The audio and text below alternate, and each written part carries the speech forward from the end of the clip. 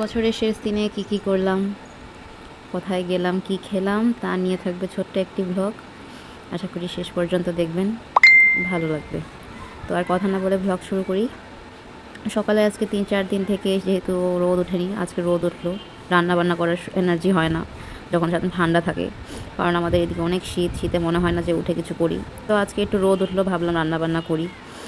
রান্নাবান্না করতেছি, এদিকে আবার হচ্ছে কম্বল বালিশ এসব রোদে দিয়েছিলাম, কাপড় চোপড় ধুয়ে দিয়েছিলাম, যেহেতু আবার কবে রোদ উঠবে তার কোনো ঠিক নেই। তো এখানে আমি কাপড় চোপড় সব গুছিয়ে নিচ্ছিলাম। আমার এলোমেলো জিনিস একদম পছন্দ না। আমার একটু জায়গা থাকুক, একটা ছোট ঘর থাকুক, কিন্তু সব কিছু গুছানো থাকুক, পরিপাটি থাকুক, এটা দেখতে খুব ভালো লাগে, মানসিক শান্তি পাওয়া যায়। দিন শেষে যখন দেখবেন যে একটা গোছানো ঘর, সব কিছু গোছানো, তখন একটা আলাদা মানে মনের মধ্যে একটা আলাদাই ভালো লাগা কাজ করে। তো এখানে আমি বালিশের কভারগুলো লাগিয়ে নিচ্ছিলাম, এদিকে রান্না বসিয়েছি। বালিশের কভারগুলো এগুলো সব ঠিকঠাক করে এখন রান্না বান্না শেষ করে আবার গোসল করা লাগবে, কারণ যেহেতু আবার কবে রোদ উঠবে বলা যায় না। যদিও হচ্ছে গরম পানি করে গোসল করা হয়, বাট শ্যাম্পু করবো, একটু রোদে যায় বসবো, এই জন্য তাড়াহুড়া করা। এদিকে আমার রান্না প্রায় হচ্ছে, এদিকে আমার পার্সেল আসছে, পার্সেলটা রিসিভ করলাম।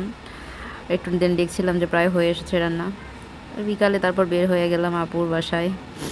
আপু আবার হচ্ছে আজকে অনেক কিছু রান্না করছিল, বললো যে আসো বছরের শেষ সময়টা আমরা একসাথেই কাটাই।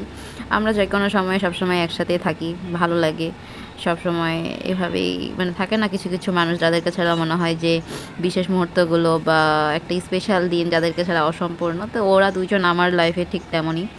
তো আমরা এদিকে ঝালমুড়ি খাচ্ছিলাম আর বলতেছিলাম বছরের শেষ ঝালমুড়ি, একটু মজা করছিলাম এটা নিয়ে। এদিকে আবার আজকে এত সুন্দর চাঁদ উঠছে, দেখেই ভালো লাগতেছে।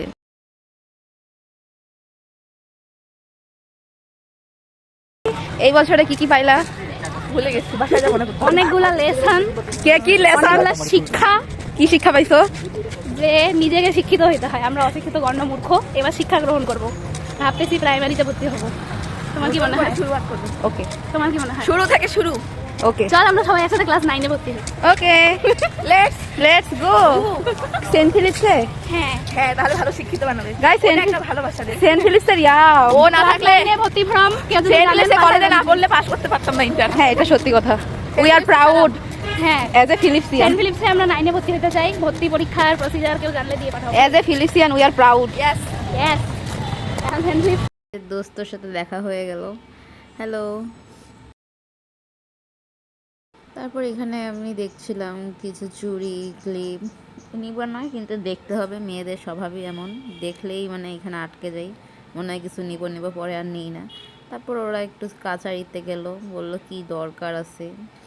দেন আমরা হচ্ছে হাঁটছিলাম রাস্তায়, ভাবলাম একটা ক্লিপ নিই। শহরটা আজকে এত শান্ত, শান্ত বলা যায়, আবার দেখা যায় যে ভালোই শান্ত, সবাই যেহেতু পার্টি করছিল নিজ নিজ বাসায়।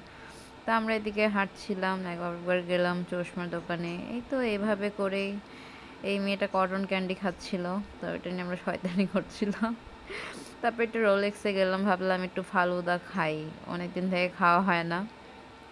তো যেহেতু বসলাম, একটু এমনি 2-3টা ছবি তুললাম। অনেকদিন পর আসা হলো, আসলে বাসার কাছে আসা হয় না এমন, ওই অর্ডার দেওয়া হয়, ব্যাস অতটুকুই। তো এখানে আমরা বলছিলাম নতুন বছরে তোমাদের ফিলিংস বলো, কেমন লাগছে, এগুলো নিয়ে একটা ভিডিও করছিলাম। আমাকে যেটা করাই লাগে অ্যাজ ইউজুয়াল।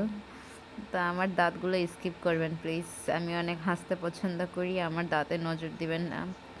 দোয়া করবেন আমাদের জন্য, আমরা যেন সবসময় এভাবে হাসি খুশি থাকতে পারি, কারণ অন্যের মঙ্গল চাওয়ার মধ্যে নিজের মঙ্গল আসে। আল্লাহ হাফেজ।